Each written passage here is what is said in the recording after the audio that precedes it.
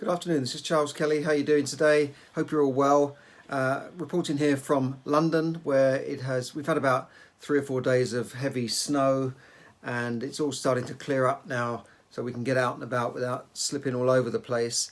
And the weather's improving a bit, but it's still freezing cold here, as it always is this time of year, so I don't know why we're always surprised. But there you go. I hope wherever you are, things are okay. The UK is still in pretty much lockdown situation here.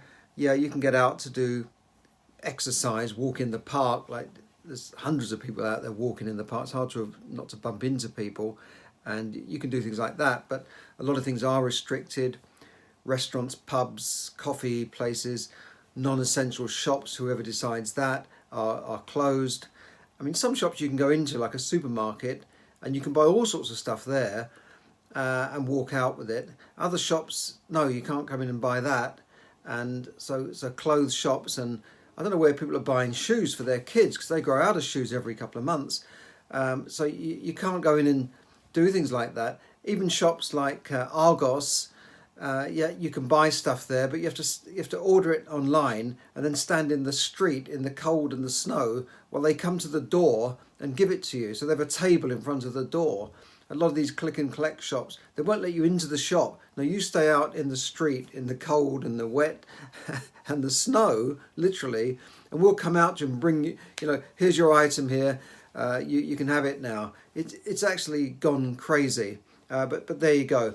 Now, during this time, the virus has been spreading in the UK from almost zero this time last year to millions of cases. And you think, why is that when we're all pretty careful? But the fact is our borders have been wide open all this time. And people might be surprised to know that there were people this time last year, just after Christmas last year, coming back from China, where the virus started. Hundreds of thousands of students. There were people flocking in from Italy, where the virus was rampant at that time, and Spain. People coming back from holidays, coming back to work. And yet we thought, well, surely that changed after a couple of months. Well, no, it didn't. It carried on. And throughout the year, people have been coming in here. Some estimates are, between 20 and 40,000 people a day coming into London, mostly through airports like Heathrow and Gatwick. And from there, they were given a letter saying, you must self-isolate for 10 days at home or in a hotel. And if you don't, we'll come round and fine you. Well, do you think people listened to that? No, they didn't. They just carried on with their normal businesses. I know they did, because I met people in that situation who'd come in from America last September, where, one of the worst affected countries in the world, and they just waltzed in. They used public transport or taxis, and when they got to their destination, they were going around their normal business, out and about in the street, taking selfies. At that time, restaurants and shops were open, so they were going into restaurants. So nobody was enforcing this, and it's impossible to actually keep a track on 20,000 people a day.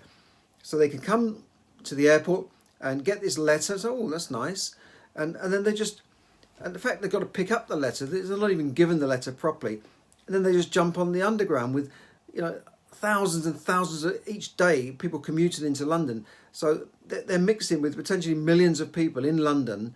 On the trains and crowded underground systems like on the Piccadilly line, and obviously spreading this virus.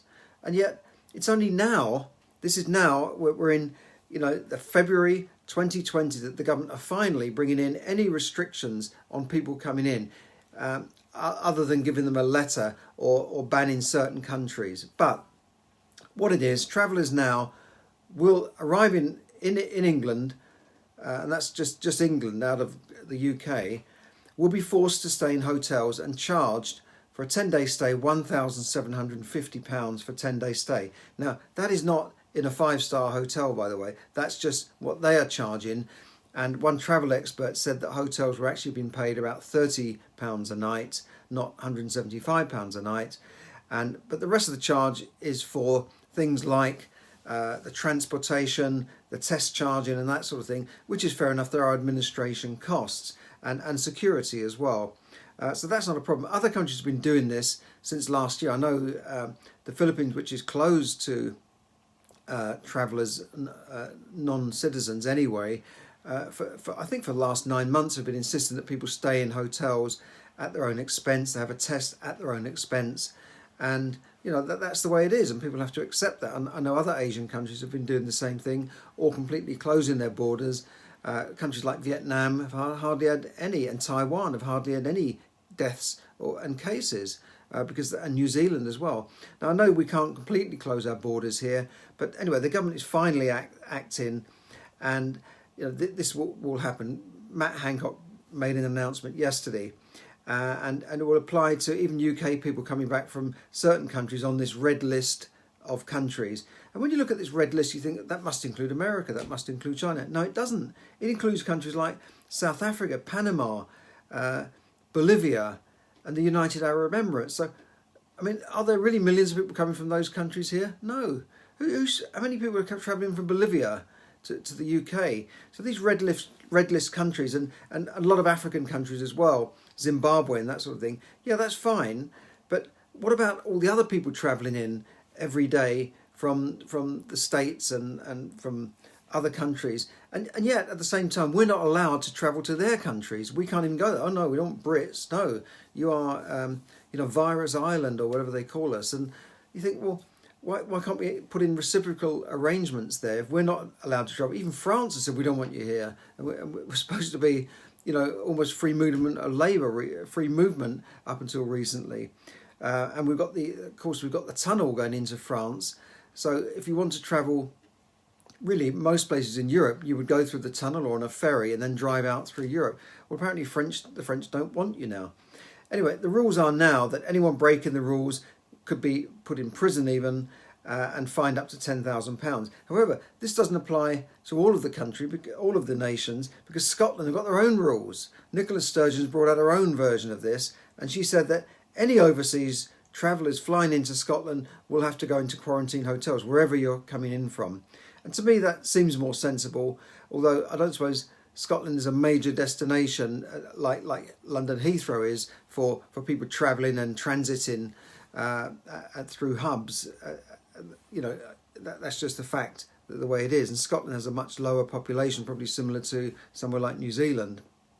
So the UK has now suffered 113,000 virus deaths, or so-called virus deaths. These are now put down as people who've tested positive and died after a certain amount of time. That's what they call a virus death. And but 12 million people have received this vaccination.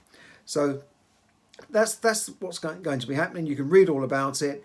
People will also be required to take tests during their stay and take a test before they leave, and airlines will have to enforce that. So we're kind of relying on airlines to enforce this, and then they will go to these designated hotels. But apparently they've only got, I think less than 30 hotels lined up for this, but they say that there are thousands of rooms available during this 16 hotels actually contracted for this, with 4,600 rooms secured for this exercise. And the hotels will probably be glad of the business because they are empty and suffering at the moment.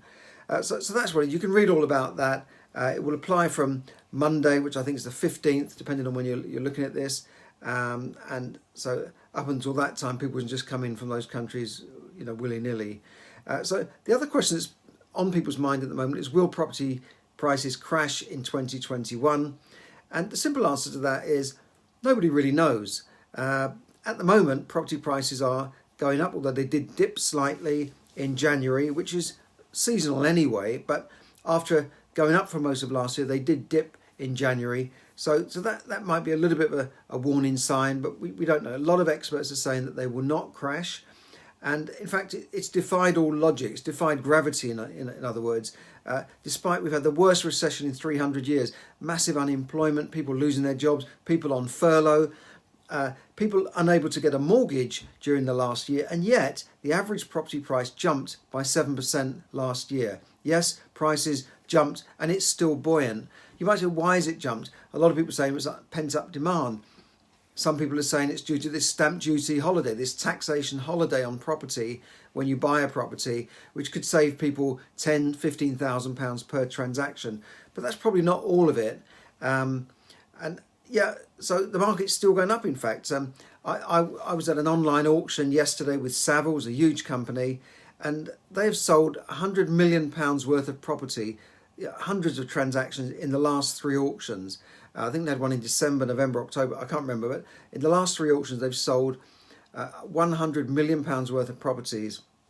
And the Tuesday auction yesterday I witnessed myself, I watched it nearly the whole day, from 9 in the morning till about 5. I was interested in a few bits which I didn't get, but they sold £37 million worth of properties in one day.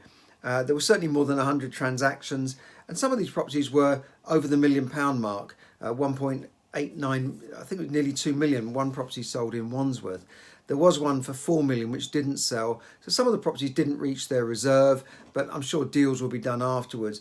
But that's a lot of property. I mean, you think when an average estate agent might sell 10 or 15 in a month, that, you know, they sold well over 100 in a day, and worth over 37 million.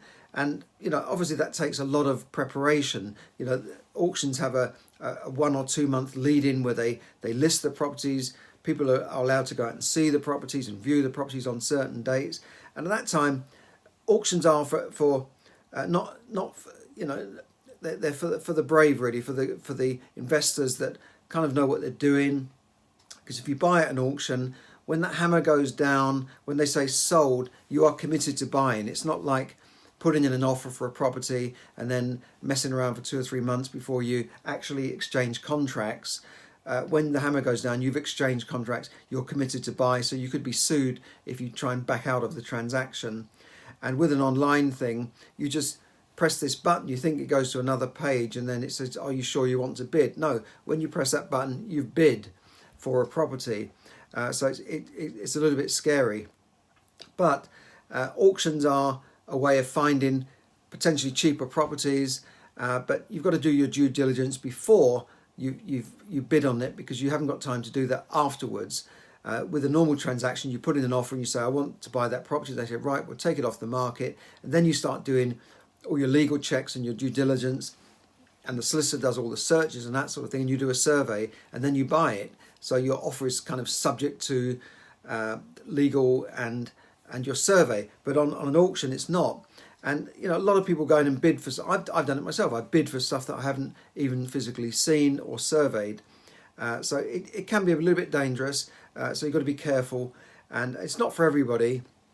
But you can find cheap properties. There were properties sold in the London area, in Greater London, for less than £200,000 yesterday. There were properties sold for just over £100,000 in the UK. And as I said, there were properties sold for millions. But it was very busy. And in fact, some of the properties were going for £100,000 over guide price. One property went, I think it was guided at around £350. It went for £550. It was certainly over £200,000 over guide. Another one I was looking at myself, 495. It went for just under 600,000. So a lot of stuff was selling at quite high prices. Now, guide is not necessarily the reserve, but it's what it's like a sticker price, if you like, to get you interested. The reserve price at which the property must reach to be sold is usually higher than the guide. But one property in London went for what it was guided for. It was a very small studio flat just off the Marylebone Road. It was either W1 or NW1 or W2 maybe, but it was right in more or less in the centre of London, not exactly in the centre, but certainly in central London area, off the Marylebone Road, very near to Baker Street, for instance, and that sold for I think 315,000, which was the guide price.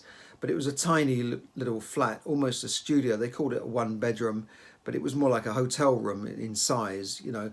But somebody bought that. It's a little pad in London, right there, for £300,000. So that to me is a bit of a bargain. There are other properties there that were falling down and really need a complete refurbishment, and you'd want to really see those properties to make sure there's no structural defects there. But nevertheless, stuff was selling, and it was quite a good, busy auction. There was also some commercial stuff there as well, and also it was interesting to note that a lot of commercial properties sold before the auction. So people were going in there, putting in offers prior to the actual auction itself, and you can do that. I bought a property years ago at an auction prior to the auction. I think I offered them what the guide was, and we got it, and that turned out to be a very, very good investment. And we didn't do any survey on that either, but we knew it structurally, it looked sound. That's all I can say. But it needed a lot of work done to it. So yeah, auctions are there. Now, if you want to get into property, I think you should get proper training, and don't just go out and buy a buy-to-let for the sake of it, because you can make some serious mistakes. Now, there's a seminar on tonight, a webinar tonight at 7 p.m. run by a friend of mine. I've been on his training before, and he's very, very good. A guy called Kevin McDonald. And he's offering what he calls tonight a free training session, ultimate guide to buying property. Learn how to make at least £1,000 a month from property without using your own money, using all the latest strategies. He's a very, very clever guy. He went from broke and in debt by £100,000 to being a multi-millionaire now. So I would definitely recommend his training, and it's free. Yes, they're going to try and probably sell you one of their paid for courses after it, but I think you'll learn a lot from that. I'll certainly look in on that, because it's definitely, you can always learn something new. So it's something that you can, it's the newbies that go into property that make the mistakes. So if you can avoid that by listening to free training like this, then it's certainly worthwhile doing. So when will properties go up or down this year? Nobody really knows. I suspect that prices have probably reached a peak, but there is so much money being printed by the government here and in America, where they're printing nearly $2 trillion to stimulate the economy, that in those cases, usually asset prices have risen. We saw this in the 2008 crash, when a lot of money was pumped into the economy by governments. We saw that asset prices went up, and it caused asset price inflation. So if you're sitting on a lot of cash, you're finding that your cash, your money in the bank, is devaluing in value because of inflation. It's losing its buying power. And if assets are going up, like property, gold or commodities, then you could be losing out if you sit on that cash for too long. However, the time to make money on the property is not 10 years down the road, it's when you buy it. So if you use the right strategies, you can get property at below market value, you can get it at the right price, or you can buy property at a low price that needs work done to it, that you can add value to it. Maybe you can add another room, you can just decorate it, or you can refurbish it. Sometimes you can add substantial value by going into the loft, adding rooms, and that in that case you can make money on property now, not in hoping it will go up in value. If you just go out and buy at market price, then and the market does drop, then it could be years before you get your money back. I remember buying a property and it took 6 years before the market recovered. At that time, that was in the 90s. So it can happen, but if you buy right at the right price, so you're either buying below market value, and if you've got cash you can do this, or you can access cash through investors. You can buy stuff at below market value. Stuff in the auction yesterday was at below market value, there's no doubt about it, especially property that needs work doing to it, and people can make money in that situation. So if you're buying stuff that you can add value to, and you can add maybe 20% to it and make a profit on it, that's fine. It doesn't matter whether the market's slightly shaky. But if you're buying at list price, if you're buying at retail price, if you like, then this is maybe a difficult time. We don't know if properties might fall. Even though there's money being pumped into the market, there will still be a lot of unemployed people this year. We know that. We know that a lot of people will be losing their jobs. So I don't know. The market could go one way or the other. My personal feeling is that at some stage, the stock market and the property market have got to correct itself. That is not necessarily a crash. It's got to correct itself at some stage, and it could happen this year. It could happen next year. It could happen the year after. But there you go. You've got to make your own decisions. I'm not your financial advisor, although I used to be a financial advisor. I'm not your personal financial advisor. So you've got to make your own decisions on this. But the main thing with property is to get training and buy right at the time, then you're secure. And that's the same for share investing. Warren Buffett buys right at the time. He buys shares that are below market value, if you like, at that time, which happens. And he buys right, so he's not worried about the general market. He is sitting on a lot of cash, by the way. He's sitting on nearly £200 billion worth of cash, waiting to swoop in like the sharks. When the market goes down, he will swoop in and suck up all the bargains. That's his style. So a lot of property investors are doing the same thing as well. So there you go. But if you want to learn about property, join Kevin's free property training session tonight at 7 p.m. That will be in a couple of hours' time. Just register for it. It's absolutely free, and I'll put a link up on this Facebook page. So thanks for listening, and have a great evening. And sorry, my light has gone off there, but thanks for listening. Thanks for everyone on Facebook who joined me. Marie, there from the Philippines, Cecile, Ken, and Ronnie. Ronnie, great to see you there. Jamie, great to see you all. Do make your comments on this page, and do like the post if you feel you like it, because it helps with my the algorithms or whatever they're called. So do press the like button, and feel free to share this post. Thanks very much, and have a great evening. Bye for now.